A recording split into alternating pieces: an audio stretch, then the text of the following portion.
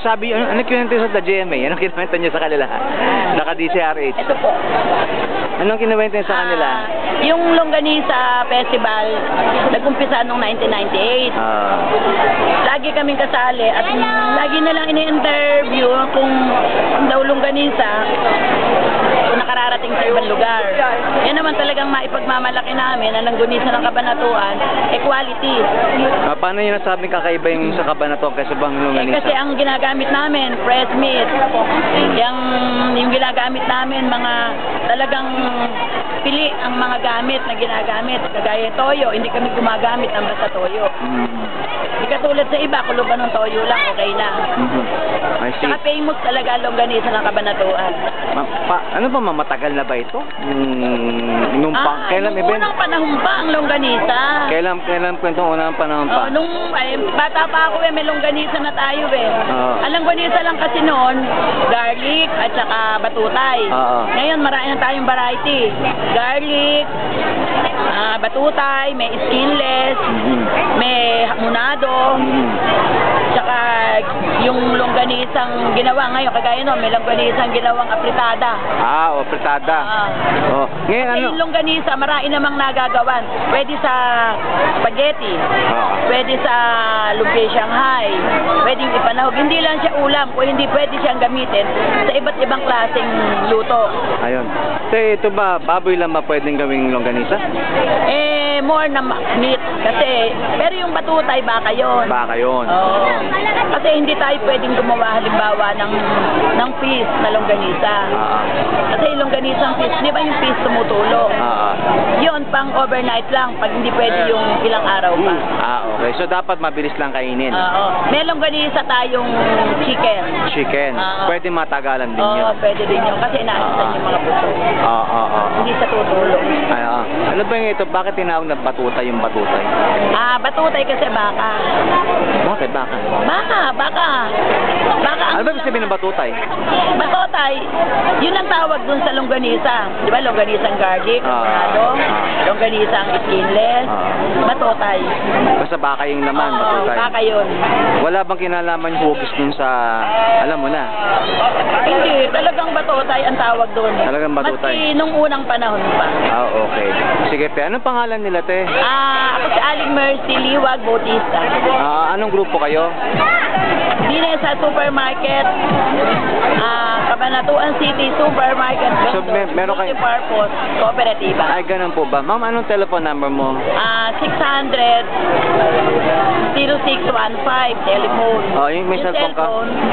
0915-701-6994. So, lahat ng klase ng longganisa meron ka? Meron. Order lang at gagawin. Okay, ito na medyo personal to. Gano'n ka nakatagal nagtitinda ng longganisa? Almost 40 years na ako. 40 years? So, loob ng 40 years, ano magagandang karanasan mo sa pagtitinda ng longganisa? Ay, marami kong karanasan. Kung minsan may mga malengke, hinahanap nila yung suki nila. Wala. Sabi ko, pagka meron kayong first choice, may second choice kayo.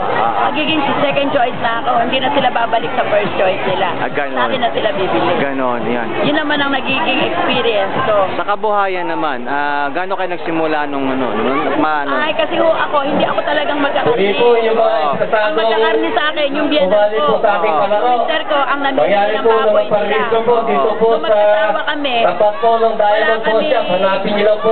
Ako nag-aaral, hindi na ako college. Yan naman, namimili sila ng baboy. Yan ang nakipagpaaral ko sa mga anak ko. Ilan ba anak nyo?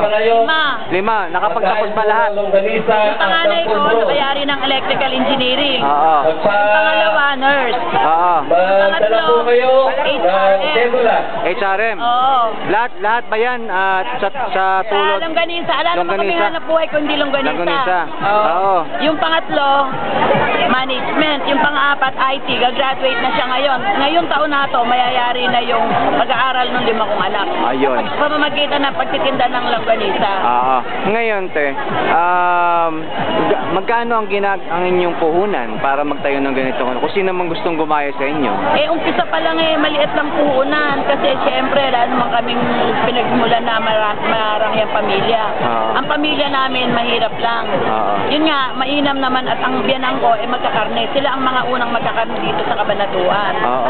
Yun ko naman naimulat yung isipan ko na kailangan, makapaghanap buhay ako ng maayos sa pamamagitan ng pagtitinda ng karne at ganyan. Ngayon ay nakayari na yung aking mga anak. Longganisa pa rin ang aking pinagkakabuhayan. Gayon. So ito may papayo nyo sa lahat ng na pwede silang pasukin to. Opo. Ano bang kailangan nila para sila ay makapasok? Kailangan lang ay maging maunawain at kailangan gagamit tayo ng mahusay na karne kasi ang ikinasasarap ng longganisa ng mga meat product yun talagang fresh. Hindi tayo gagamit ng frozen, hindi tayo gagamit ng ordinary na talagang mag-iisip tayo kung ano ang mga quality ng mga gagamitin natin sa paghahanap buhay. Lalo-lalo na yung longganisa. Kasi nga, pag nagdi-deliver ako ng longganisa, nilalagay ko yung pangalan ko para alam nila kung saan ako tatawagan, kung saan nila ako itetext, para madali akong makita. So, tiwala kayo talaga sa quality? Oo. At hindi ako gagawa ng mapapahiya yung pangalan ko. Paano ba ginagawa? Paano ba ito tinetesting ng gobyerno para kung libre o safe? Pinupuntahan ba kayo? Pinapatesting pa? May DTI kami. May DTI, tinitingnan nila. Tinitingnan. Gano'ng kadalas? 3 times a week, a month, gano'n. 3 times a month? Oo. Ano yun? Pag sila, tinitingnan nila yung paggawa namin. At saka merong mga... Paggawa, pumunta sa bahay nyo o dyan mismo? Dito sa palengke. Okay. Pagka kasi sa bahay, sa palengke talaga, nakikita mo yung palanggana, hinahalo mo ng maayos yan, at sa halo, at hindi ka po pwedeng gumamit ng pangit na itsura, kagaya yung kailangan malinis ang pwesto. Okay.